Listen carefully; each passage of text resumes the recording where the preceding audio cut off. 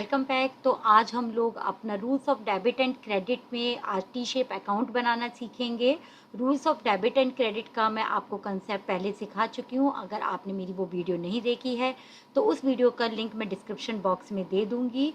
But start करने से पहले अगर आप मेरी चैनल पर नए हैं तो मेरी चैनल को सब्सक्राइब कीजिए and don't forget to hit the bell button so that you can get update about my new lectures. तो हम जितना भी आज पढ़ेंगे उसकी मैं पीडीएफ लिंक डिस्क्रिप्शन बॉक्स में डाल दूंगी। तो स्टार्ट करते हैं टी शेप अकाउंट। बट उससे पहले थोड़ा सा हम लोग एक बार याद कर लेते कि हम लोगों ने क्या पढ़ा था, कितने अकाउंट्स पढ़े थे। थोड़ा सा एक रिकैप हो कर लेते हैं। तो देखिए हमने पढ़ा था asset equals to liabilities plus capital. Capital में हम रिवेन्यू ऐड करते हैं और एक्सपेंसेस माइनस करते हैं, और इधर हम एक्सपेंसेस लेके आते हैं तो asset plus expenses equals to हो जाता है liability plus capital plus revenue.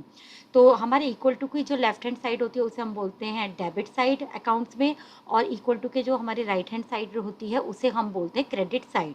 ठीक है। तो जो डेबिट साइड में दो अकाउंट है हमारे असेट एंड एक्सपेंसेस, अगर उनमें इंक्रीज होता है तो उनकी पोजीशन एज इट इज रहेगी, that means they will be debit. और एंड आपका इसी तरीके से क्रेडिट साइड के लिए होता है जिसमें कि तीन अकाउंट है, लाइबिलिटीज, रिवेन्यू एंड कैपिटल। अगर उनमें इंक्रीज होता है तो उसकी साइड वही रहेगी, दैट मीन्स क्रेडिट। बट अगर डिक्रीज होता है, वो साइड में कहीं भी कोई डिक्रीज होता है तो उनकी जो पोजीशन है वो क्या हो जाएगी, रिवर्स। तो इससे हमें एक बात ये समझ में आती है कि जब भी हम कोई भी क्वेश्चन करेंगे आगे जाके, चाहे हम जर्नल एंट्रीज में करें या किसी में भी करें, तो हमें सबसे पहले अपनी ट्रांजेक्शन्स में से ये 5 अकाउंट में से कोई अकाउंट, कोई भी 2 अकाउंट ढूंढने होते हैं या कोई भी एक अकाउंट ढूंढना होता है। और उसके बाद हम देखते हैं कि उसकी पोजीशन क्या है, मतलब कि वो इंक्रीज हो रहा है या डिक्रीज हो रहा है। उसके अकॉर्डिंगली हम उस पोजीशन को डिफाइन करते हैं कि कौन सी उसकी पर पोजीशन लगेगी। तो स्टार्ट करते हैं हम इसका। तो ये आपकी टीएस ग्रेवाल का क्वेश्चन है, तो इसको हम स्टार्ट करते हैं। क्वेश्चन नंबर है आपका ये 8। क्वेश्चन नंबर क्या है आपका, ये 8। ओके। तो देखिए इसमें यहाँ पर अब आपको दिख रहा होगा एक टी शेप अकाउंट बनाने की बात की जा रही है, टी शेप अकाउंट। तो सबसे पहले मैं आपको टी शेप अकाउंट की यहाँ पर फॉर्म दिखा देती हूँ। देखिए ये आपका टी शेप है, ये आपका टी शेप अकाउंट है। देखिए ये टी शेप हो गया आपका। तो देखिए टी शेप के लेफ्ट हैंड साइड है, ये लेफ्ट हैंड साइड है, और ये क्या है आपकी टी शेप की राइट हैंड साइड। और लेफ्ट हैंड साइड को हम क्या बोलते हैं, डेबिट साइड, और राइट हैंड साइड को हम क्या बोलते हैं, क्रेडिट साइड। तो हमें सबसे पहले इस चीज़ की ही पहचान करनी है इस क्वेश्चन में। तो चलिए अब हम स्टार्ट करते हैं क्वेश्चन। तो सबसे पहले हमें क्या बनाना है, इस वाले में क्या बोला है, मशीनरी अकाउंट। तो हमें सबसे पहले अकाउंट रिकॉग्नाइज करना है कि ये क्या है, उन 5 अकाउंट में से कौन सा अकाउंट है। मशीनरी हमारा असेट होती है तो हम यहाँ पर लिख लेते हैं असेट, और असेट हमारा लेफ्ट हैंड साइड होता है, यानी इंक्रीज होगा तो डेबिट। तो ये डेबिट साइड हो गई लेफ्ट हैंड, और ये आपकी हो गई क्रेडिट साइड। अगर इंक्रीज हो रहा है तो डेबिट होगा, और डिक्रीज हो रहा है तो क्रेडिट होगा। तो देखिए इसमें क्या बोला है, मशीनरी परचेज। जब आप मशीनरी परचेज करते हैं तो आपकी मशीनरी बढ़ रही है, बढ़ मतलब इंक्रीज हो रही है, तो उसकी पोजीशन सेम रहेगी। तो आप यहाँ पर लिखेंगे कैश। आपने कैश दिया होगा खरीदने के लिए, और यहाँ पर लिख सकते हैं आपने क्या किया, मशीनरी परचेज। तो मशीन परचेज, तो कितने की आपने परचेज किए, 40,000 की। फिर सेकंड एंट्री है मशीनरी सोल्ड। अगर आप मशीनरी बेचते हैं तो आपके पास से मशीन जा रही है, दैट मीन्स कम हो रही है। तो जब आप मशीन बेचते हैं तो आपके पास कैश आता है, तो यहाँ पर आप लिखेंगे मशीन कैश। और क्यों आया है कैश, आपने क्या किया है, मशीन सोल्ड। कितने की, 10,000 की। उसके बाद है फिर आपने एक मशीन और खरीदी है, तो मशीन खरीदी है तो कैश किसी है, मशीनरी परचेज। कितने की खरीदी आपने मशीन, 8,000 की। उसके बाद है machine discarded, 14,000। Machine discarded, discarded का क्या मतलब हुआ, डिस्कार्डेड का मतलब होता है कि आपकी मशीन खराब हो चुकी है, आपने उसे फेंक दिया है। फेंक दिया है मतलब डिक्रीज हो गया है आपकी मशीन। तो आपने जब उसे फेंका होगा तो कितना मनी मिला, डिस्कार्ड किए क्योंकि 14,000। तो यहाँ पर लिखेंगे मशीन डिस्कार्डेड, मशीन डिस्कार्डेड। कितना आपको मिला है, 14,000। 1000। फिर है डेप्रिसिएशन ऑफ मशीन 1000। हम लोगों ने पढ़ा था कि डेप्रिसिएशन क्या होता है, डेप्रिसिएशन होता है fall in the value of machine, यानी मशीन की वैल्यू कम होना यानी डिक्रीज, तो क्रेडिट साइड जाएगा आपका। तो डेप्रिसिएशन ऑन मशीन कितना हो गया आपका 1000। तो आप यहाँ पर देखिए आपके पास टोटल मशीन थी 48,000 की, उसमें से कितनी निकल गई 25,000 की, तो यहाँ पर आपका बैलेंस बचेगा, बैलेंस कितना बचेगा 23,000।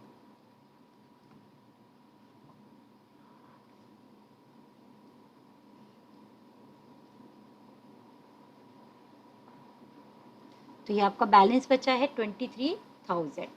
तो टोटल हमारा सेम होना चाहिए 48,000 एंड 48,000। अगेन क्वेश्चन नंबर 9 है। क्वेश्चन नंबर 9 में क्या है, open A T shape account, T shape cash account with the following transaction. तो वही सबसे पहले आपको देखना होगा कि कैश क्या होता है आपका असेट। तो हमें देखना होगा कि जहाँ पर आपका कैश बढ़ेगा वो डेबिट होगा, जहाँ पर कैश आपका डिक्रीज होगा वो क्रेडिट होगा। तो देखिए मोहन ने बिजनेस स्टार्ट किया कैश में, यानी बिजनेस में कैश आया, तो ये क्या होगा एड, यानी डेबिट साइड आएगा। परचेज गुड्स, गुड्स आप खरीदते हैं तो कैश जाता है, तो ये डिक्रीज साइड जाएगा। सोल्ड गुड्स, आप गुड्स बेचते तो कैश आता है, तो ये प्लस साइड आएगा, दैट मीन्स इंक्रीज है debit side. Paid rent, rent पे किया है, तो आप रेंट कैसे पे करते हैं, कैश से पे करते हैं, तो ये आपका जाएगा। सैलरी पेड, सैलरी पे कर रहे हैं यानी क्या दे रहे हैं आप, कैश दे रहे हैं, कैश दे रहे हैं यानी कैश डिक्रीज हो रहा है, तो ये क्या होगा आपका माइनस यानी कि decrease credit side. Due for personal purpose, आपने बिजनेस से पैसा निकाला पर्सनल यूज के लिए, यानी कैश आपका निकला है, डिक्रीज हुआ है, तो ये कहाँ पर जाएगा आपका, तो प्लस का मतलब हो गया डेबिट और माइनस का मतलब क्या हो गया आपका क्रेडिट, क्योंकि आप उसे हटा रहे हो, उसकी आपको अकाउंट की पोजीशन क्या करनी होगी रिवर्स। तो ये आपको मुझे लगता है अब समझ में आ गया होगा। हम आगे बढ़ते हैं, क्वेश्चन नंबर 9 हम कर चुके हैं समझ में, इसमें ज़्यादा कुछ काम है नहीं। तो देखिए अब हम देखते हैं एक टी शेप कैश अकाउंट आप खुद बना लेंगे। अब हम देखते हैं 10th में बोला है एक open A T shape account, open A T shape account okay, किसका क्रेडिटर। तो सबसे पहले मैंने क्या कहा था आपको देखना है उन 5 अकाउंट में से कौन से अकाउंट का बनाना है। क्रेडिटर्स हमारी क्या होती है लाइबिलिटी, तो यहाँ पर हमें किसका अकाउंट बनाना है क्रेडिटर का। लेफ्ट हैंड साइड क्या होती है आपकी डेबिट साइड और राइट हैंड साइड क्या होती है आपकी क्रेडिट साइड। क्रेडिटर्स आपकी लाइबिलिटी साइड, लाइबिलिटी यानी क्रेडिट साइड है, तो अगर वो इंक्रीज होंगे तो वो क्रेडिट साइड आएंगे, और अगर वो डिक्रीज होंगे यानी कम होंगे तो वो आपके डेबिट साइड आएंगे। तो स्टार्ट करते हैं इस क्वेश्चन को। देखिए सबसे पहले क्या कहा है इस क्वेश्चन में आपसे, गुड्स परचेज्ड, तो क्रेडिटर का नाम हम लिख लेते हैं जिससे हमें पता रहे, क्रेडिटर का नाम है राकेश। तो पहली entry goods purchase from Ram, goods purchase from Ram on credit, उधार पर आपने सामान खरीदा है, तो उधार पर खरीदा यानी आपकी लाइबिलिटी बढ़ गई, लाइबिलिटी बढ़ गई तो किस में आएगी क्रेडिट में। तो आप यहाँ पर किस तरीके से लिखेंगे, आपकी लाइबिलिटी बढ़ी है क्यों, क्योंकि आपने गुड्स परचेज किए हैं, तो गुड्स परचेज्ड आपकी कितने से लाइबिलिटी बढ़ गई 50,000 से। फिर जाए goods returned to Rakesh for 5,000, हमने राकेश को 5,000 का सामान लौटा दिया, तो यानी अब हमें उसे वो 5,000 रुपये नहीं देने हैं, तो हमारी लाइबिलिटी क्या हो गई कम। तो इसे हम क्या लिखेंगे गुड्स रिटर्न, क्यों कम हो रही है क्योंकि आप गुड्स रिटर्न कर रहे हो। दैट मीन्स यहाँ पे रीजन देना होता है बस कि किस लिए कम हो रही है और किस लिए ज़्यादा हो रही है 5,000। फिर है पेड टू राकेश, आपने राकेश को पेमेंट कर दिया, आपने अगर राकेश को पेमेंट कर दिया तो आपका जो लाइबिलिटी है वो कम हो रही है, कम मतलब डेबिट। तो आपने कैश पे किया है, तो कैश आपने पे कर दिया कितने का 20,000 का। उसके बाद है purchase goods from Rakesh on credit, आपने दोबारा गुड्स उनसे खरीद लिए कितने के 10,000 के, तो यानी आपकी लाइबिलिटी इंक्रीज हो गई, इंक्रीज हो गई तो आपकी कहाँ पर आएगी क्रेडिट साइड।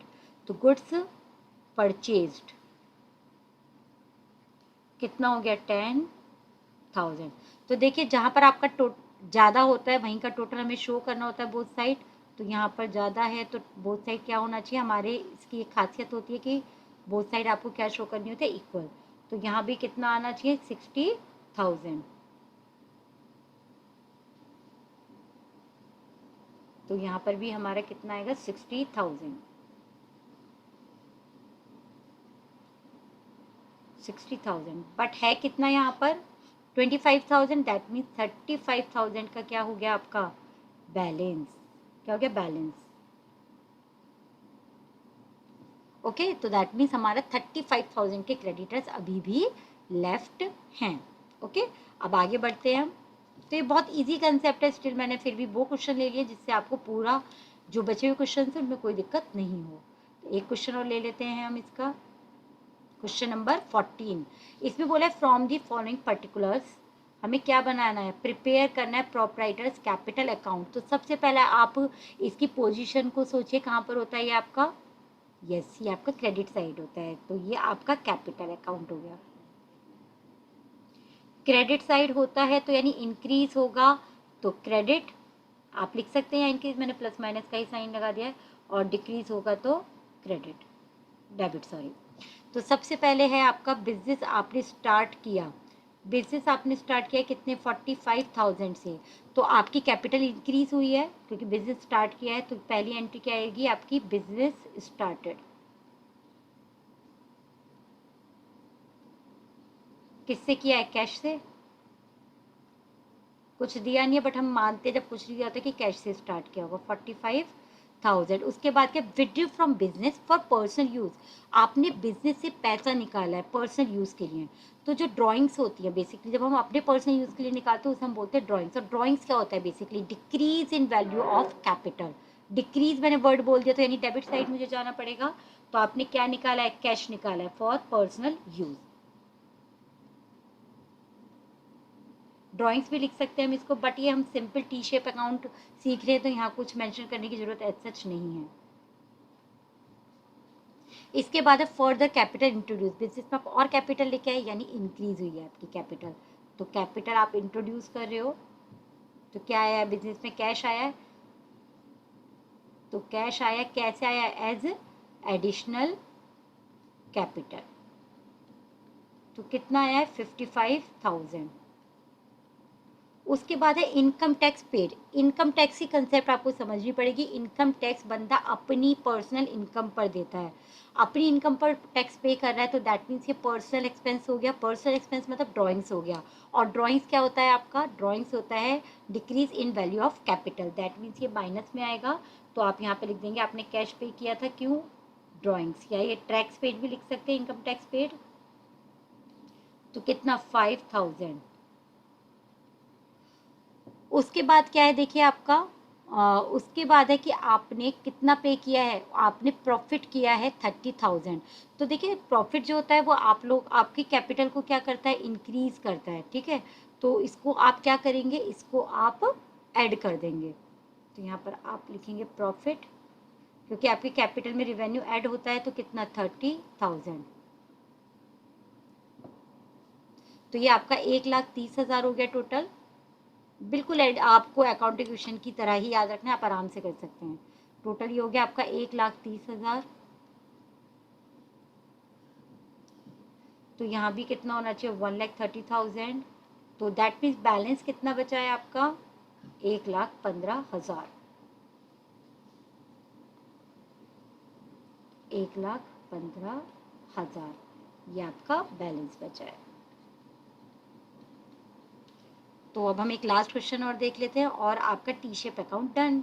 स्टिल आपको कोई भी प्रॉब्लम होती है, जैसे कि मैं कहती हूँ आप मुझसे कमेंट करके पूछ ले कीजिए, मैं कोशिश करूँगी कमेंट के थ्रू समझाने की, अदरवाइज मैं उसको आपको वीडियो के थ्रू भी समझा सकती हूँ। तो देखिए इस ये मैंने क्वेश्चन किस लिए लिया है, क्वेश्चन वैसे कुछ नहीं है, बट इसमें 3 अकाउंट एक साथ में मेंटेन करने, cash, debtors account and creditors account.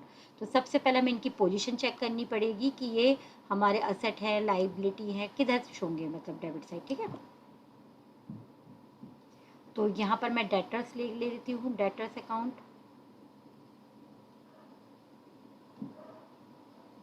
तो यहाँ पर मैंने कौन सा ले लिया, डेटर्स अकाउंट।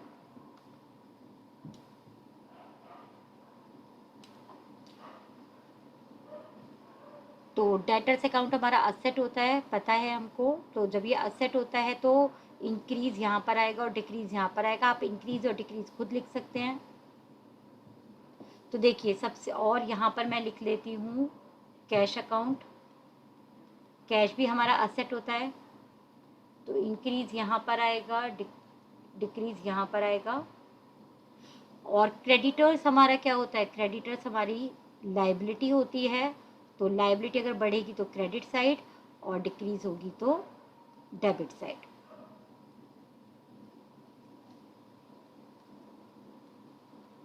तो अब हमें दोनों चीज़ों का ध्यान रखना है इसके अंदर। तो देखो सबसे पहले क्या बोला इन लोगों ने, sold goods to Sanjay on credit, आपने संजय को गुड्स बेचे उधार पर। तो जब आपने उधार पर गुड्स बेचे होंगे तो आपके डेटर्स बढ़ गए हैं कितने के, 50,000 के। तो यहाँ पर क्या आएगा, गुड्स सोल्ड कितने के आ गए, 50,000 के। उसके बाद है sold goods to Mohan for cash, आपने गुड्स बेचे फॉर कैश। तो जब आप गुड्स बेचते फॉर कैश तो यानी कैश आपके पास आएगा, तो कैश हमारा असेट है तो वो डेबिट में इंक्रीज हो रहा है। तो किस लिए आ रहा है कैश, क्योंकि आपने सेल्स की है, कितने की, 20,000 की। उसके बाद है purchase goods from Ram on credit, उधार पर आपने गुड्स खरीदे हैं। अगर आपने उधार पर गुड्स खरीदे हैं तो इसका मतलब आपकी लाइबिलिटी बढ़ गई। तो ये देखिए लाइबिलिटी यहाँ बढ़ रही है, तो क्यों बढ़ गई, क्योंकि आपने गुड्स परचेज किए हैं। तो कितने के गुड्स परचेज किए देखिए आपने, 25,000 के। उसके बाद है कैश रिसीव्ड फ्रॉम संजय, तो संजय हमारा डेटर था, मैं यहाँ पे लिख लेती हूँ, संजय हमारा डेटर था। ओके, अब इसमें ध्यान देना, इसमें क्योंकि दोनों अकाउंट का यूज होना है। तो यहाँ पर क्या था देखिए, कैश रिसीव्ड फ्रॉम संजय, यानी कैश आया, किससे आया, संजय से। कितना आया, 19,000। तो जब संजय ने हमें कैश दे दिया तो मेरे डेटर्स कम हो गए क्योंकि उन्होंने मुझे पेमेंट कर दिया है। तो यहाँ पर कैश यहाँ से जाए, यहाँ से आपके डेटर्स कम हो रहे हैं, इसीलिए कितने से कम हो रहे हैं, 19,000 से। उसके बाद है goods returned by Sanjay, Sanjay ने 2,000 के गुड्स रिटर्न कर दिए। अब उसने गुड्स रिटर्न कर दिए तो वो तो फिर हमें पैसे देने ही नहीं है उसको, तो यानी वो कम हो गया, तो गुड्स रिटर्न यहाँ पर आएगा क्योंकि वो कम हो रहा है उससे। तो गुड्स कितने के रिटर्न किए उसने, 2,000 के। रेंट पेड, रेंट आप कैसे पे करते, कैश से, यानी कैश आपका कम हो रहा है, तो यहाँ पर आ जाएगा आपने क्या पे किया है, रेंट पेड 500। फिर क्या है आपका, cash paid to Ram, Ram क्या था हमारा, क्रेडिटर था, तो नाम लिख लेते हैं जो हमने नहीं लिखे थे, कैश पेड टू राम। तो दो चीज़ हैं इसमें, हमारा क्रेडिटर्स अकाउंट भी इन्वॉल्व हो रहा है और कैश अकाउंट भी। तो सबसे पहले मैं कैश पे ध्यान दूंगी, कैश में पे कर रही हूँ, यानी कैश जा रहा है, क्यों जा रहा है, क्योंकि मैं राम को पेमेंट कर रही हूँ, कितने का, 15,000 का। ओके, राम को अगर मैं पेमेंट कर रही तो मेरी लाइबिलिटी कम हो रही है, तो कैश पेड कर रहे हैं हम कितने का, 15,000 का। तो और कोई हमारी इसके अंदर एंट्री नहीं है, तो अब आपको क्या करना है, बैलेंस करना है। तो इसका देखिए बैलेंस कितना बचा, 10,000। इसी तरीके से यहाँ पर बैलेंस बच जाएगा आपका, टोटल यहाँ 50,000 होना चाहिए था।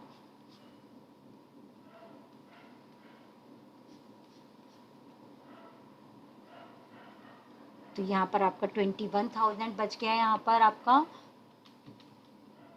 29,000, सॉरी 29,000। अब इसी तरीके से आप यहाँ पर देख लीजिए, आपका 39,000 था और उसमें से कितना चला गया आपका, 39,000 में से 15,500, तो दैट मीन्स 23,500। तो ये आपका बैलेंस यहाँ बच गया है।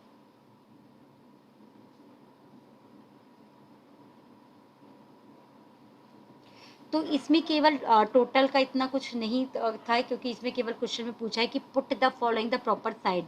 ये मैंने टोटल कर लिया है। तो देखिए कैश हमारा दो जगह डेबिट हुआ है इसके अंदर, सेकंड और फोर्थ एंट्री में, जैसा कि क्वेश्चन में दे रखा है।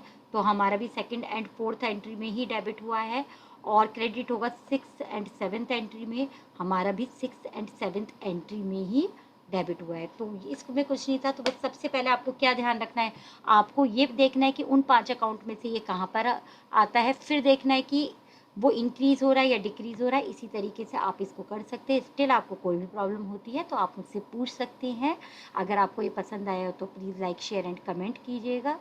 Stay safe, keep learning. Thank you.